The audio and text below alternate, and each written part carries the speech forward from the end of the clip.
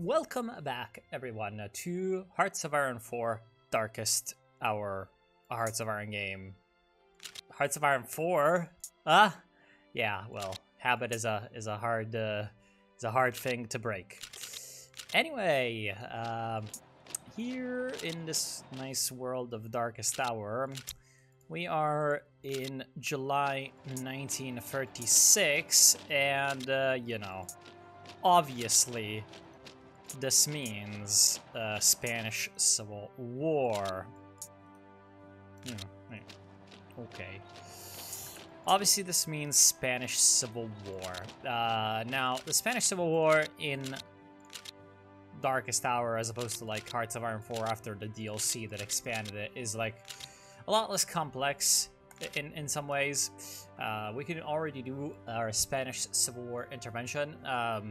Intervention in the war is not dictated like in Hearts of Iron 4 by sort of the random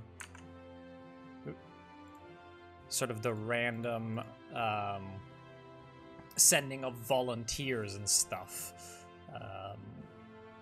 It is basically dependent on countries having events to be able to send volunteers and do things. It is not. You do not have a diplomatic option essentially to send the volunteers. Now you get a nice little. Text over there, and we have two options. Either we send material and volunteers, which costs us 1,000 supplies, 200 money, triggers the Spanish Civil War German intervention event, which is going to give the Spanish the Condor Legion and I think an infantry division or a tank division, and it increases our belligerence. Or we could do the second thing, which is send volunteers and control their army. Now, this is a weird mechanic, army control, that was added to this game, and it is basically going to give us. We're going to be playing as both Germany and nationalist Spain for a while. That's what's going to happen, basically. And even though the Spanish Civil War, like if you've played a lot of this game, it gets boring. But since I've been playing this game in a while, and I need to get back up to speed, I guess we could play it. And what this is going to happen is now, as you can see, we see everything. So as you can see, we are both nationalist Spain and Germany, although the only part of nationalist Spain that we can actually control is the army.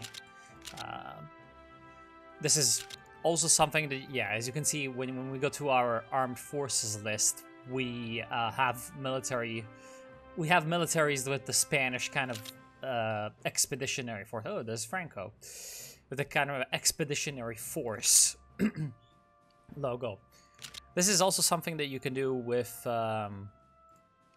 your allies generally. If they're a part of your alliance, you can assume military control. If you're like Germany or the United States, you can get that pretty easily because you're very strong.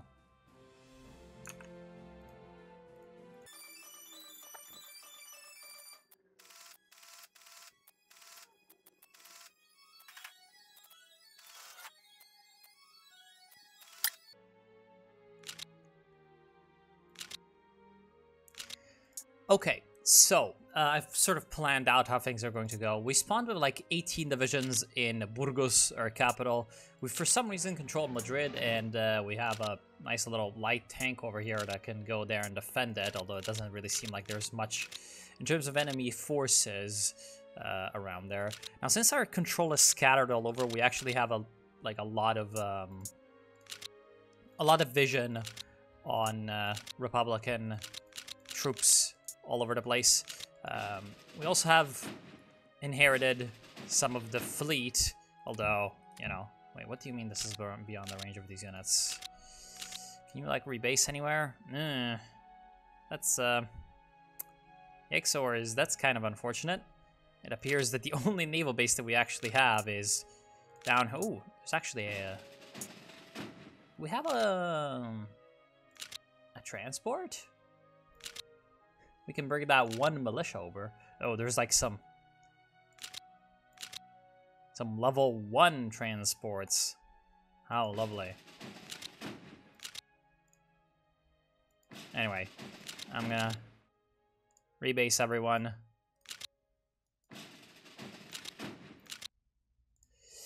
Your ships do not get supplies if they're not based at a naval base that you control. So currently these guys were probably based at somewhere where now the Republicans control things. Anyway, my basic strategy is to surround the Basque areas, Pamplona and Bilbao, take out this pocket, and then sort of hang around this area, and then defeat the northwest, and then once we control all of this, come down for the rest. Now, I'm going to need to switch to above normal. As you can see, our army in Barcelona is under attack. This is Franco over here. He's got 1 division, and there's another division in Girona that's, however, spawned on top of some Republican troops. This might actually be a little too loud. He's actually spawned on top of some Republican troops, so this is just not going to work because, yeah, there's 4 enemy divisions attacking. We're going to lose that fairly quickly. Our only option really might be, like, if these transports can get back up there in time, maybe we can evacuate the guys by sea. This doesn't work like in Hearts of Iron 4, by the way, where troops can kind of get supplies. I'm going to need to do something here. Ooh, actually, this is looking pretty good. I'm going to do some... What do you mean ground attack at reef? I'm going to do some interdiction. I'm gonna need to explain how this works, actually. Wait, interdiction doesn't... Oh, ground support. Right. I'm gonna need to explain how air attacks work. Essentially, air attacks... You give a mission to your air groups. This is not like Hearts of Iron 4 where you just set them on a mission type and they just automatically do that. In here, you need to hand them over a mission. In terms of these planes that are mostly bombers, you know, tactical bombers and close air supports, we have, you know, the air superiority, although they're bombers, so they're not good at air superiority. There's ground attack. And again, if you don't like that I'm acting all tutorially right now, you can just skip these parts, you know. If you're like 100% agree this the Darkest Hour Hearts of Iron game player of all time. This is just for the Hearts of Iron 4 folks. Ground attack is basically you attack the enemy's strength. Much like in Hearts of Iron 4, you have strength and organization. Strength is, you know, the people and the equipment, while the organization is the morale and the, you know, organization. Once you run out of organization, you run away. So, yeah. Ground support takes out the organization, and this is much more effective than ground attack in my experience, so I always go for this. Except with one notable exception, we're gonna maybe get to see this in this war. Strategic bombardment takes out, you know, buildings,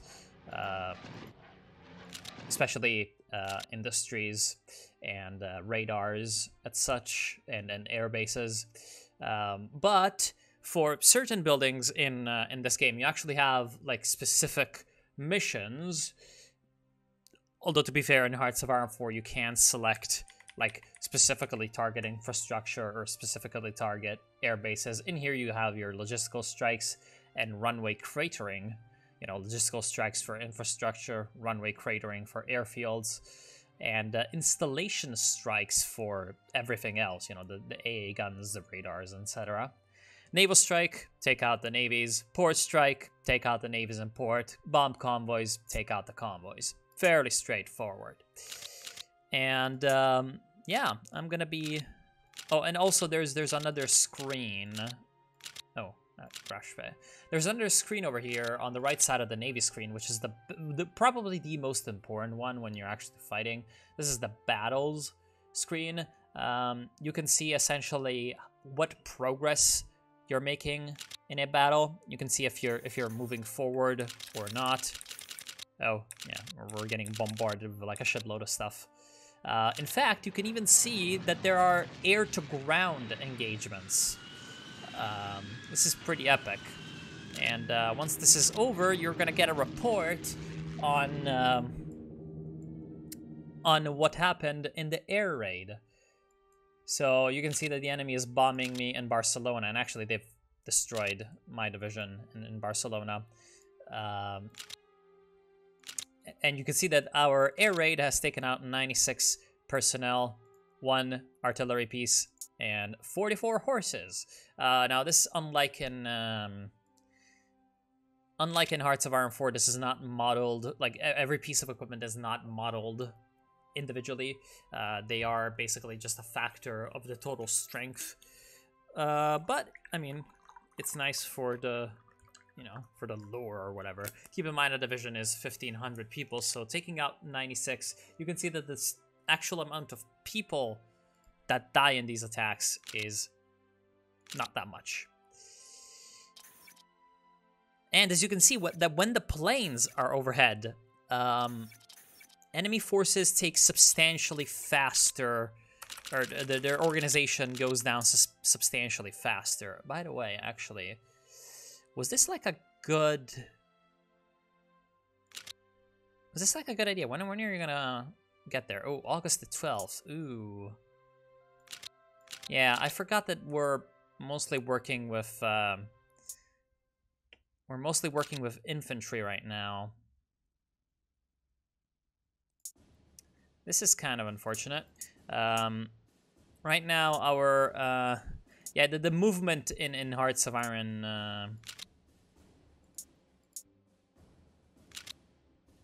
Actually, yeah, please stop that guy.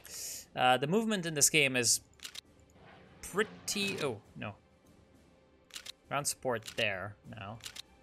The movement in this game is pretty slow because the provinces are really big, so it needs to be modeled. Now, you can see right now that it's basically not going so well for us over here. But when the planes go over, our progress just shoots up. So you can use your Air Force in this game to essentially just like sort of overcome weaknesses in your divisions. Air Force is really, really powerful in this game. Yeah. Oh, our troops in Cordoba are being bombarded by planes. Oh no! What could we do to stop this? Well, we have an interceptor fighter. Oh, this is beyond the range. And I don't want to rebase to Sevilla because this place is encircled. So that's kind of sad. Oh, there's like enemy ships even. Not sure if there's going to be some ship fighting. Oh, and I'm actually even under attack. Oh, that's kind of a problem. Yeah, this division is likely going to lose because it's being attacked by a better division, and that better division has air support. Anyway. Oh, these Republican Spain bombers are actually coming from Valencia.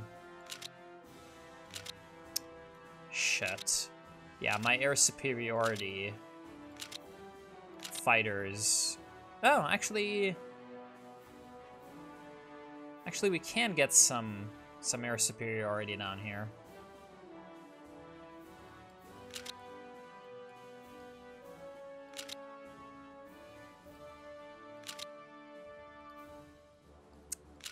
We can get some air superiority down here, so yeah. Is that going to actually work, though? Oh, yep. We've actually managed to engage some enemy bombers in air combat. So this is how air combat works. You literally just have a combat between, you know, it's a physical combat, kind of. It's not just planes just sort of derping on each other. Anyway, we've taken out the enemy division in Pamplona. Now what we're going to do is we're going to ground attack We're going to switch from ground support to ground attack, which is going to be taking out enemy strength bars. So as you can see, if you were like watching very, very well, that has also subtly taken out quite a bit of enemy strength. That is because when units are retreating, they're vulnerable. They're more vulnerable than usual to attack, which is a fairly weird thing. Anyway, I'm actually to spread out some of these divisions. I'm gonna send one corps of divisions on over to occupy Bilbao. There's another corps that's attacking Santander over here. They are going to win, only, you know, I just kind of want to take out these guys. And in the meantime, I've got my more mobile divisions moving down to cover the sort of rear area. And actually, this division, instead of attacking towards Pamplona and taking the place, we need him to stand there and fortify. I think I might have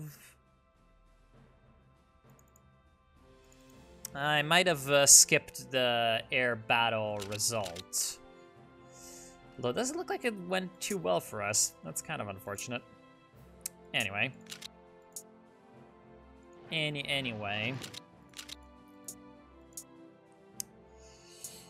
Alright, where's my bloody bombers? They're probably... Oh, yeah, okay. So since that is done, and now the enemy troops have retreated on over, I'm going to switch him to ground supporting my units that are fighting down here, so that maybe they can win that combat. Oh, we've actually got a division over here in Palma de Mallorca. Since I don't have control over the convoys, since I don't have control over the convoys of nationalist Spain. Oh, there we go. We actually won. That's nice. Maybe these guys can escape to Badajoz, therefore into our territory. That would be very, very nice. Oh, we've actually found the enemy bombers. We actually lost 5 fighters, but they've lost 7 bombers. So hopefully we can whittle down the enemy air force. Air force is definitely a place where nationalist Spain starts with a massive advantage over Republican Spain. And in fact, there are some moments in Hoi 4, or in Hoi 2 Darkest Hour, where you don't want to be using your air force at all, because they might be getting shot down from enemy ground forces, you know what I mean? Doesn't look like you can actually see those guys, unfortunate. Let's actually try to get over to Tarancon, which is the enemy capital, with my tank. Yeah, we've got all this attrition report. Yeah, these guys are dead because, yeah, they were retreating into an area that was occupied.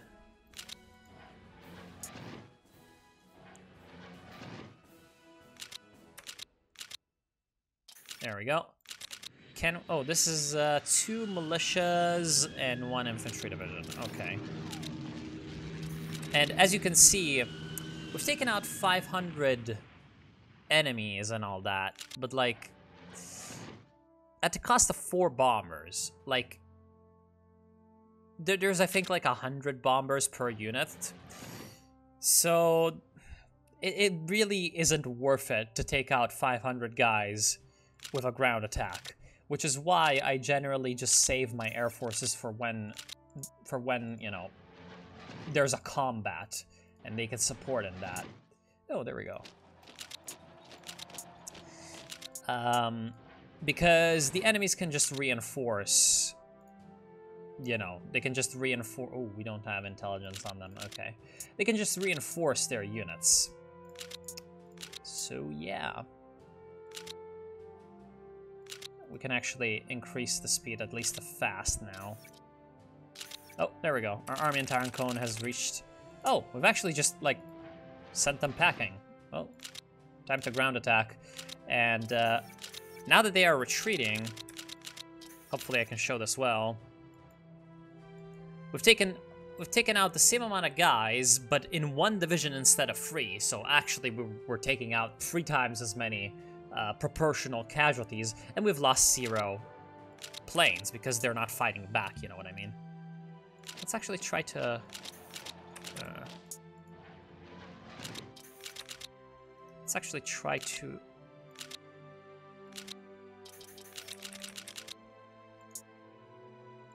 Wipe out this division. Nope, there's another enemy division over here. And there we go. As you can see, we actually lost. Unfortunate. Very unfortunate. Time to ground attack Tarancon, because that's where the enemy troops actually are. Ooh, defeat in Bilbao. Wait, what? Oh, I guess, Oh, right. There were some troops attacking up there. I'm going to attack again. Actually, this is where another feature of Darkest Hour that has been removed from later Hearts of Irons comes into play, which is day attack and night attack, or in general, mission planning. You might have noticed that whenever I order my units to do anything, they have a... there's often this window that pops up where I can choose the time that the mission starts at. So I'm gonna tell them, don't attack until the day, because if I attack at night, then obviously, you know,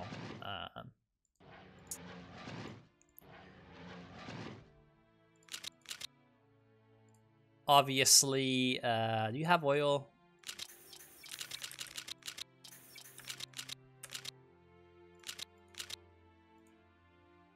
Yeah, you do have oil. Obviously, when you... oh, shit. Should probably have one guy in Saragossa, you know what I mean? Why are you not moving? When you're attacking during the night as opposed to during the day, that is much more effective. Because at night, your units take less casualties. Okay.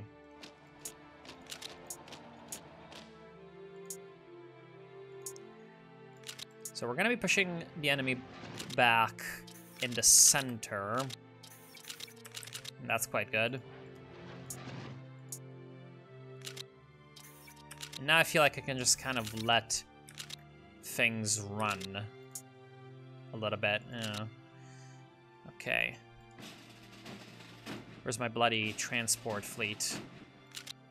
They get sunk. Oh no, there we go. There you are.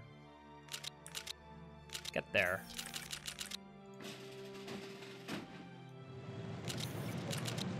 Then I'm gonna send the rest of my fleet to try to support them. There we are. And I might actually try to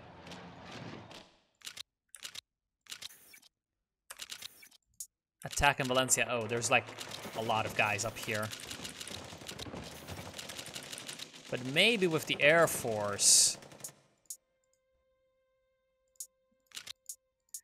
Maybe with the Air Force we can actually take them out. Who knows? Anyway. I'm gonna move these guys on down south.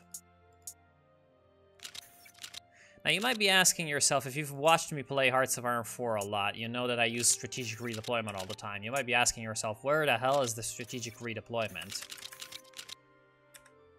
Ooh. Ooh, Guadalajara.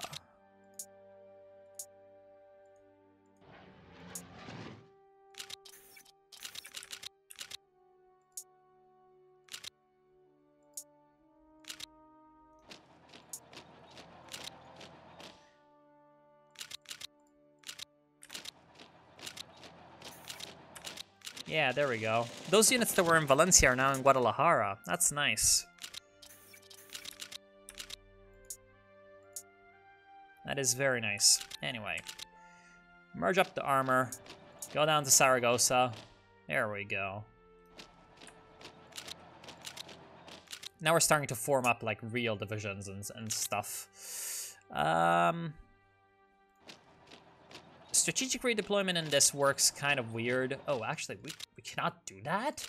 That might be because National Spain actually doesn't have the technology to perform strategic redeployment. Oh, and by the way, you might be getting confused by the fact that units seem to be appearing kind of out of nowhere. That is because since we do not have control over National Spain's production, we don't know when they're like actually deploying units. Right now, they must be deploying units like all over the place. You know what I mean? So this is all, you know, regular. Okay, where the fuck are my bloody transports? This takes forever.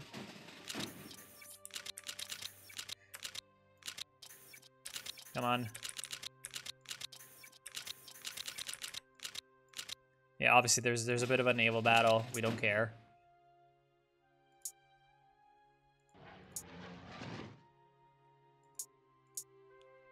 All right. Time to move on down to Teruel with my infantry. Ooh. Enemy division. Well, will we beat them rather easily? Anyway, I think you get the gist of like the basics of how warfare is working out. So, considering that this isn't too particularly interesting, I'm gonna be skipping some stuff. So yeah, see you in a little bit.